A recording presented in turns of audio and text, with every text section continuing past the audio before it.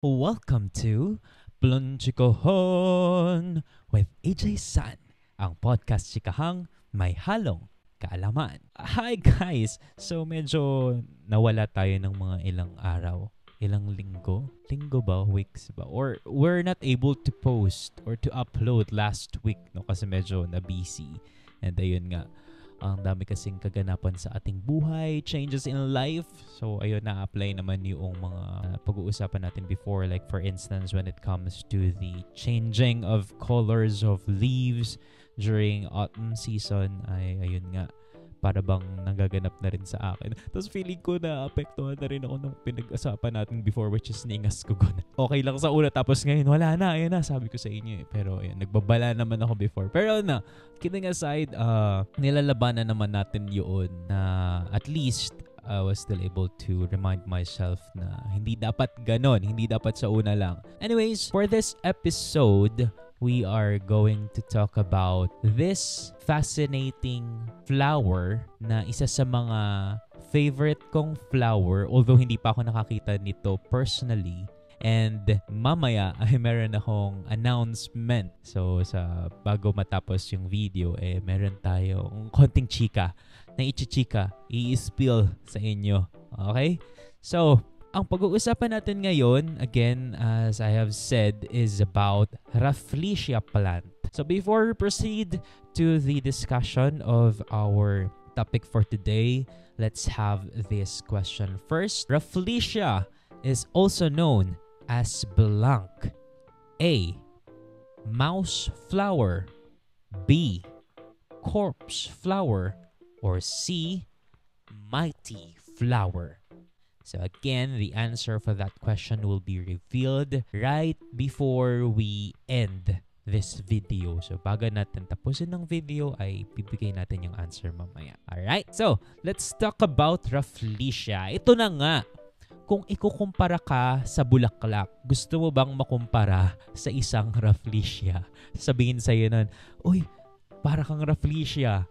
Mabaho ka, pero maganda. Tama ba yung ano? Gusto ko kasi gusto ko naka-rhyme. Rafflesia ka ba? Bakit? Kasi ang ganda mo pero ang baho mo.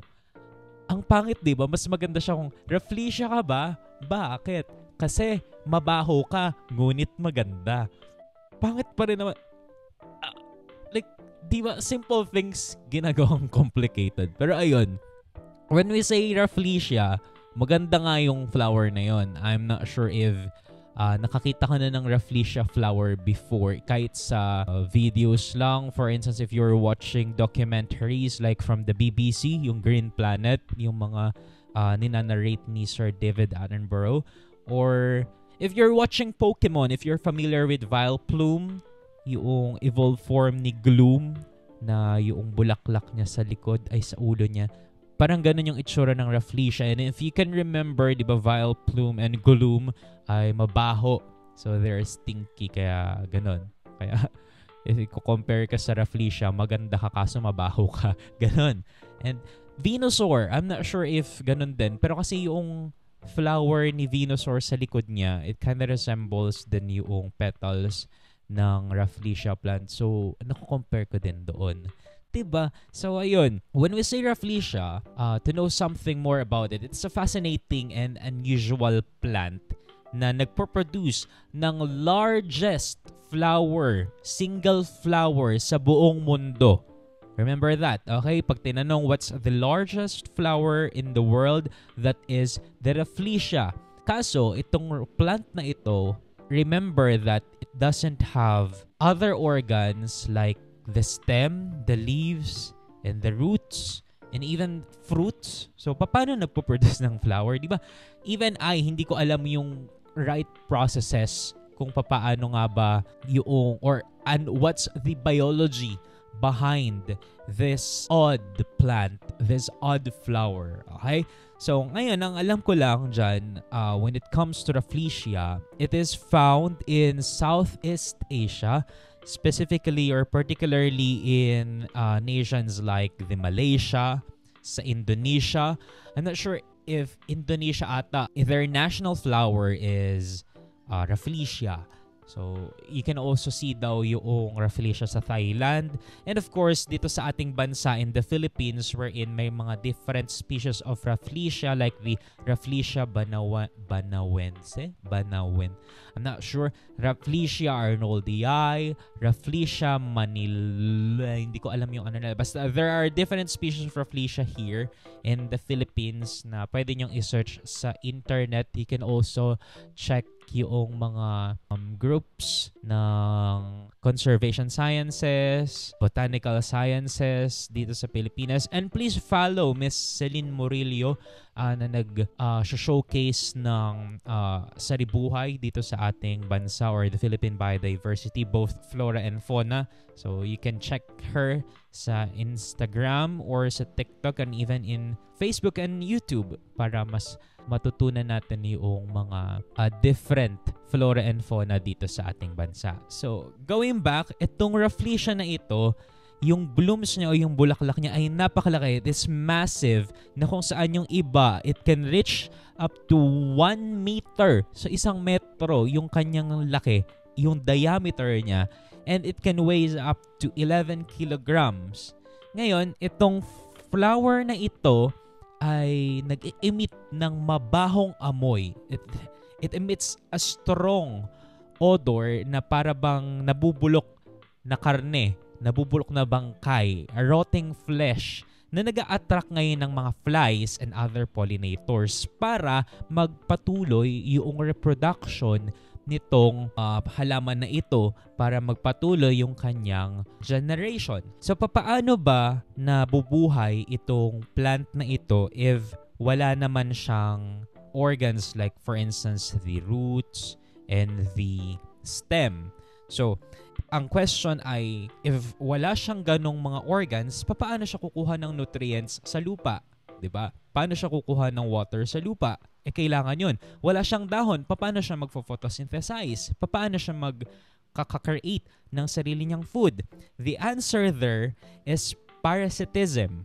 Ang halaman na ito ay may symbiotic relationship sa ibang halaman na kung saan nakiging parasite siya sa ibang halaman, specifically sa species ng mga tetrastigma or yung mga vines that belongs, I believe, in the family of grapes, mga ganon. So, woody vines, doon kumakapit, doon umaasa yung Rafflesia plant. So, kapag nakakita ka ng tetrastigma sa gubat, though hindi pa rin ako nakakita ng tetrastigma, pero expect for instance, you're walking and then yung tour guide ninyo, sinabi sa inyo na, oh, this is tetrastigma, and then maybe you can expect na possibly merong presence ng Rafflesia in that area. So, papaano ngayon nagiging parasite yung Rafflesia doon sa vines na iyon?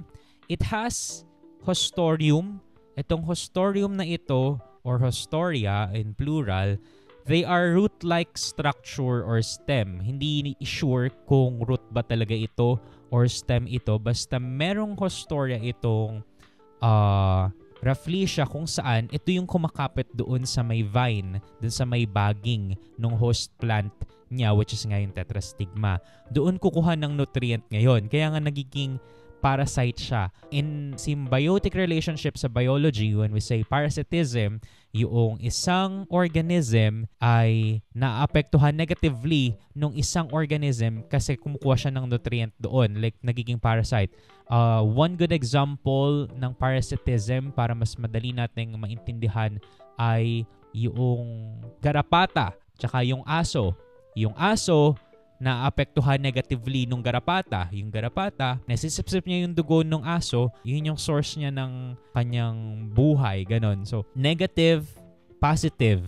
Unlike dun sa ibang symbiotic relationships na both organisms ay may positive na nakukuha. For instance, yung kalabaw at saka yung kung ano mang ibon yon. I'm not sure if it's mutualism. For instance, yun nga, nakakakain yung ibon dun sa may kalabaw kasi nakakain niya yung mga flies na lumilipad, and then yung kalabaw naman nawawalan siya ng mga irritants like yung mga flies kasi kinakain nung ano. So it's a win-win. Unlike dito sa parasitism ay naapektuhan lang negatively yung isa. Ganun siya. So, yun ang parasitism, no? So, again, meron ko storya itong Rafflesia kung saan ito yung plant structure na nakakapit doon sa merong bagging, doon sa may vine nung host plant niya. Tapos, from that, papasok yun sa may loob nga noong vine, and then it will suck yung nutrients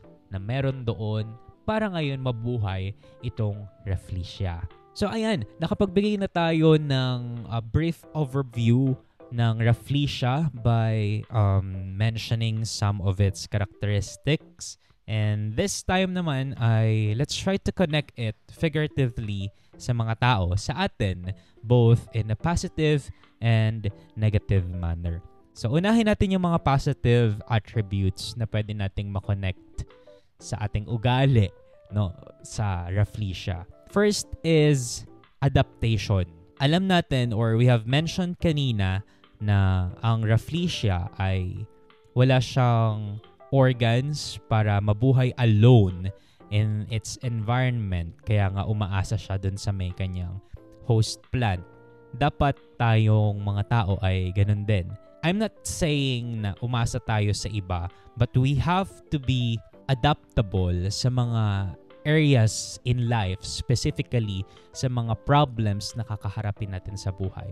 Dapat marunong tayong mag-adjust sa environment natin, specifically if meron tayong mahaharap na problema. We have different problems na pwedeng kaharapin sa ating, for instance, sa trabaho or sa pag-aaral mo or kung saan man. Marami yan, and we have different styles para malampasan or masolve yung mga problems na yon. But the point here is that kailangan matuto tayong maging adaptable. Kailangan ay mailagay natin sa buhay natin yung adaptation, yung kakayahan na mag-adapt doon sa certain problem, makahanap ng solusyon at hindi sumuko agad-agad sa mga problema na pwede nating kaharapin. We can, for instance, sa trabaho, kapag napapansin mo or feeling mo ay para bang meron ng problema, like for instance, sa katrabaho mo, kailangan hindi ka susuko agad. Try at least to list some possible solutions. And for instance, solution 1, ganito yung gagawin mo. Kapag hindi yun umubra, try mo pa rin solution 2. Kapag hindi pa rin yun umubra, try mo pa rin solution 3. Kapag hindi pa rin umubra, umalis ka na. Baka kailangan mong humanap ng ibang paraan or ng ibang environment para makapag-survive. But the point is, kailangan hindi ka sumusuko agad. Kailangan matuto tayong mag-adapt sa ating lugar. At kailangan hindi tayo madaling napanghihinaan ng loob na susukuan yung isang bagay nang hindi pa natin nabibigyan ng kahit na anong uri ng solusyon. Okay? Next, uniqueness and individuality. So, ang Rafflesia, hindi siya kamukha ng ibang mga bulaklak na cute, ganun, or yung mababango, ganun. Unique. Very, kung makakakita ka talaga ng Rafflesia, or kahit ako nga, hindi ko pa ako nakakita, pero kung makakita ka nun sa videos, very, ano siya, like, for instance, yung isang video ni Sir David Attenborough when it comes to Rafflesia, parang nakakatakot, parang alien yung Rafflesia. Like, yung sa loob niya, parang may mga pangil, ganun. Tapos nga, may warts. Parang may warts yung kanyang petals. Merong butlig-butlig, ganun. So, kakaiba. Hindi siya yung typical na kapag ka na-imagine mo, nung bata ka sa elementary, mag-drawing ng bulaklak. Di ba? Drawing bulaklak ay yung mga pretty, yung mga cutie na bulaklak. Ito hindi. Kakaiba siya. Very unique. Ngayon, tayo dapat i-embrace din natin yung uniqueness natin sa mundo. Tanggalin natin yung idea na nagbibigay ng standard sa kung ano talaga yung maganda lahat tayo maganda, lahat tayo ay may pagkakaiba, and we have to embrace that. Okay? Hindi mo dapat kino-compare yung sarili mo sa iba kasi nga iba siya. No? Para bang yung isa sa mga favorite kong ideas when it comes to uniqueness ay yung, I'm not sure if galing ito kay Albert Einstein, yung fish, hindi mo siya dapat pinupush or kinokontrol na umakyat, or hindi mo dapat ina-expect yung fish na umakyat ng puno. So, hindi mo siya dapat i-compare sa unggoy. Para bang ganon? Minsan kasi ganon ang nangyayari sa atin. Nakikita natin yung iba, hala, bakit siya ganon? Bakit ako hindi? Inggit, di ba? Hindi may iwasan eh. Natural sa ating mga tao na maka-experience ng ganon. Pero dapat matutunan natin sa sarili natin na tanggapin kung sino talaga tayo. Kung ano tayo. I-embrace natin yung pagiging unique natin. Okay? So, yun yung dapat nating matutunan, or isa sa mga pwede pa nating kuhanin from the characteristics of the Rafflesia. Always remember na maganda ka, gwapo ka, kakaiba ka. Okay? Hindi ka kamukha nila at hindi mo dapat i-compare ang sarili mo sa kanila. Okay? Next, third thing naman na positive figurative comparison ng Rafflesia sa mga tao ay ang kanyang symbiosis or yung kanyang relationship sa ibang halaman. For instance nga, we have mentioned na it has a symbiotic relationship sa kanyang host plant, which is the tetrastigma, na dapat ay tandaan din natin, hindi tayo nabubuhay mag-isa dito sa mundo. Meron at merong tao na dapat tayong makasama. No po? Always remember that. No man is an island. Dapat tandaan natin na hindi natin kayang mabuhay mag-isa. Hindi dapat ganun yung thinking natin na para bang feeling natin kaya na natin yung lahat. Feeling ang taas-taas na ng tingin natin sa sarili natin na okay lang, kaya ko. Hindi ko kailangan ng tulong mo. Hindi dapat ganun. No? So, let's try to apply din sa buhay natin yung characteristics nitong Rafflesia na ito, yung symbiosis niya, yung kanyang relationship doon sa kanyang host plant. Now, after discussing the three positive comparison ng ating Rafflesia plant sa ating mga ugali, sa ating mga tao, figuratively, let's try to dig naman or discuss or see kung ano naman yung mga negative characteristics na pwede nating i-compare yung sarili natin sa Rafflesia. So, una na dyan ay yung, di ba nabanggit nga natin na parasite ito. So, parasitism, yung pagiging parasite ng Rafflesia, again, hindi nga siya, parasitic nature siya. So, ibig sabihin, although it has a symbiotic relationship dun sa ibang tao, wag naman sana na kapag tayo ay nagkakaroon ng relationship sa ibang tao ay kumukuha lang tayo ng kumukuha sa kanila, wala na tayong naibibigay sa kanila. Dapat give and take yung ating relationship with other people. Hindi yung give ka lang ng give tapos take ka lang naman ng take. Dapat alam na natin sa sarili natin na ganun. So, marunong tayong magbigay din sa kapwa natin. Hindi yung puro lang hingi. Ganun po. So, parasitism, diba? Ganun yun. Hindi pwedeng makasarili tayo. And speaking of makasarili, second, yung pagiging selfish natin, tsaka yung lack of contribution. Yung isa lang yung nagbe-benefit, yung isa wala namang nabibigay. So, lack of contribution. Dapat marunong din tayong mag-ambag sa kapwa natin, mag-ambag sa environment natin. Hindi pwedeng wala ka nang nagiging ambag sa lipunan, for instance, no po. Alam mo nang merong mali sa lugar ninyo, hindi ka pa rin nagbibigay ng idea, hindi ka pa rin nakikibahagi. Dapat marunong tayong makialam sa kung ano yung mga problema na kinakaharap ng ating bayan. For instance, itong platform na ito, I believe I can use this as a platform para magkaroon ng idea yung mga kabataan kung ano ba yung kagandahan ng pag-aaral ng botany or ng dalubhalamanan. Lack of contribution, negative comparison sa tao tsaka sa may Rafflesia. So, dapat hindi ganun na. And number 3 nga ay yung destructive dependency. Nakadepend na lang tayo sa ibang tao, like yung Rafflesia, nakadepend na lang siya dun sa kanyang host plant, which is the Tetrastigma. Hindi dapat ganun, okay? Hindi dapat nakaasa ka na lang ng nakaasa sa iba. Kasi kapag nakaasa ka na lang ng nakaasa sa iba, wala na. Papaano kang mabubuhay mag-isa? I'm not, parang contradicting siya, no, na kailangan ay meron tayong yung symbiotic relationship na hindi tayo mabubuhay mag-isa. What I mean is that there are instances in our life na, of course, wala tayong kasama na kailangan nating mabuhay alone. But I'm not saying na hindi ka dapat humanap ng kaibigan, hindi ka dapat humanap ng katulong sa iyong journey sa buhay. But my point is that hindi ka dapat nakadepend na lang lagi. Paano ka matututo kung nakadepende ka na lang lagi sa iba? For instance, nagpunta ako ng Baguio last time and then ang mali ko doon, hindi ako nagpaalam sa parents ko. So, nagpaalam lang ako sa kanila. Tumawag lang ako sa kanila, nandun ako sa Botanical Gardens. Tinawagan ko yung tatay ko. Sabi ko, nandito ako sa Baguio. Tapos sabi niya sa akin, sinong kasama mo? Ganun. Ako lang mag-isa, sabi ko ganun. Ba't di ka nagsama ng kasama mo? Sabi niya.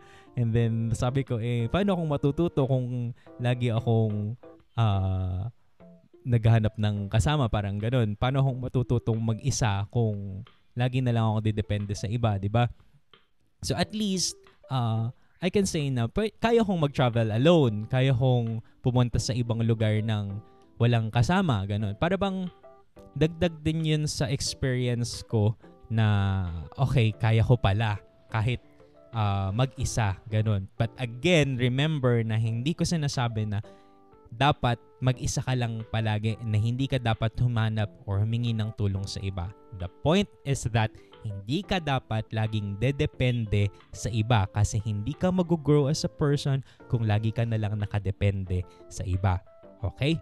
Let's have a recap sa ating topic for this episode of Planchikahan. Again, we have talked about Rafflesia, kung ano nga ba yung characteristics niya, that it is the largest single flower, that it doesn't have organs like roots, leaves, and stems. That's why it's a parasitic plant na umaasa sa kanyang host plant, which is a Tetrastigma, and it has this root-like or stem-like structure na hindi natin sure if it's really root or stem, which is called Haustoria, na ito yung naka-attach dun sa may vine noong kanyang host plant. That's why it can absorb nutrient from that in order for it to survive. We have mentioned also the positive and the negative comparison between the humans and Rafflesia. Like for instance, for the positive figurative comparison, we have the adaptation, uniqueness, and the symbiotic relationship nating mga tao sa ibang mga tao. And negatively naman, we have mentioned the parasitism or yung pagiging parasite natin sa ibang tao. Next is yung pagiging selfish natin or yung pagkawala ng contribution, the lack of contribution to others, and of course, the destructive dependency na pagiging dependent natin sa iba na hindi naman na nakakatulong sa sarili nating pag-usbong. And again, always remember na dapat ay ma-recognize natin both positive and negative aspects nitong Rafflesia na ito para mas maintindihan natin yung sarili natin, yung relationship natin sa ibang tao. Okay? And to answer the question sa ating tanong kanina, the Rafflesia flower is also known as blank. If your answer is B or the corpse flower, then tama ang iyong sagot.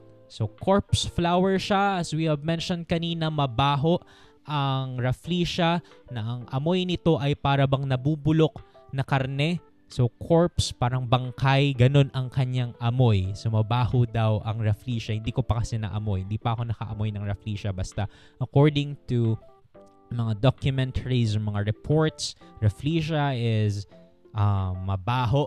Mabaho ang kanyang amoy. And yun yung way niya para maka-attract ng pollinators in order for it to secure its next generation. Alright.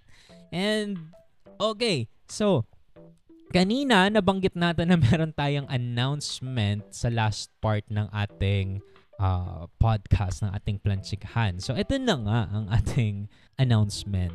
So, after reflecting sa mga nakaraang araw, kasi nga medyo naging busy talaga din, kaya hindi tayo nakapag-upload constantly. Ang first idea ko sana talaga before, or yung goal ko talaga, makapag-upload ako every Tuesday. No? Kaso, yun nga, hindi ko rin naman napanindigan. So, tinry ko naman every weekends, like Saturday or Sunday. Tapos, hindi pa rin nasusunod kasi nga, apakadaming spontaneous activities na nagaganap sa buhay natin recently. So, hindi ako nakapag-upload agad-agad or hindi ako nakakapagsulat agad ng content, nakakaisip ng content. And then, ayun, na-realize ko na ayokong umabot sa point na parang napipilitan akong mag-post. Gusto ko kapag nagpo-post ako, ay yung na-enjoy ko. Yung gusto ko talaga. Hindi yung para bang nagiging obligasyon ko na lang. Parang nagiging trabaho. Ayoko ng ganun. Gusto ko habit lang siya yung, okay, gusto kong mag-post ng ganito. Ito ang ipopost ko. Dapat ganun. Yung na-enjoy, hindi yung napipilitan. So, after giving myself some time to think kung ano ba kaya ang pwedeng gawin, na-realize ko na maybe it's time to end this season of our podcast, no? Season lang naman eh. End lang natin yung season. So this will be the last episode of our season 1 of Planchikahan Podcast. Pero hindi ibig sabihin ay matatapos na yung pag-upload natin ng mga content. So season 1 pa lang ito. Maybe in the future, magkakaroon tayo ng season 2. But ang idea ko naman ngayon ay papalitan ko yung name ng channel. So instead na Planchikahan lang siya, mag-stick ako sa name ko which is EJ San para makilala din yung name natin. Huy! Para maging sikat tayo. Charing lang. Ayun, para naman makilala yung name ko which is EJ. Kasi gusto ko talagang it's one of my dreams na maging vlogger pagdating ng araw, ganon. Wala namang masama kung mag-dream tayo na ganon, di ba? Or mangarap tayo na ganon. Okay lang naman na mangarap ng ganon. Yung ibang mga vloggers dyan, sa ganito lang din naman sila nagsisimula. And ayan nga, ginagamit ko yung laptop ko lang to record ngayon. And maybe soon, kapag nakabili tayo ng mas magandang camera, we can do some vlogs na din. So, ayun. So, the point is, we will not limit lang sa ganitong type ng content yung ating mga i-upload. I'll try to explore other niches or other areas na pwedeng i-discuss sa ating mga videos. Pwedeng ganun. Para hindi lang siya exclusive lang din sa mga gustong matuto ng botanical science. So, ayun. Papalitan ko yung channel name. Gagawin ko siyang EJ San, and then for instance, itong Planchikahan, parang na lang siya nun. Gagawin ko siyang playlist na, okay, these are all the videos are related to Planchikahan, and then sa susunod, ibang videos naman. Parang mga vloggers talaga. So, ayun, ipupush ko na yung dream ko sa pagiging vlogger, and ayun, walang hiya-hiya. I mean, yeah, I'll do my best para ma-reach yung dream na yun. And of course, that'll take a lot of time. Baka after 3 years pa ganun. Pero ayun. Thank you so much po sa lahat ng mga nakikinig, nag-aabang ng ating mga episodes. I really appreciate those of you na nakikinig, nag-aabang, nag-share ng ating mga videos.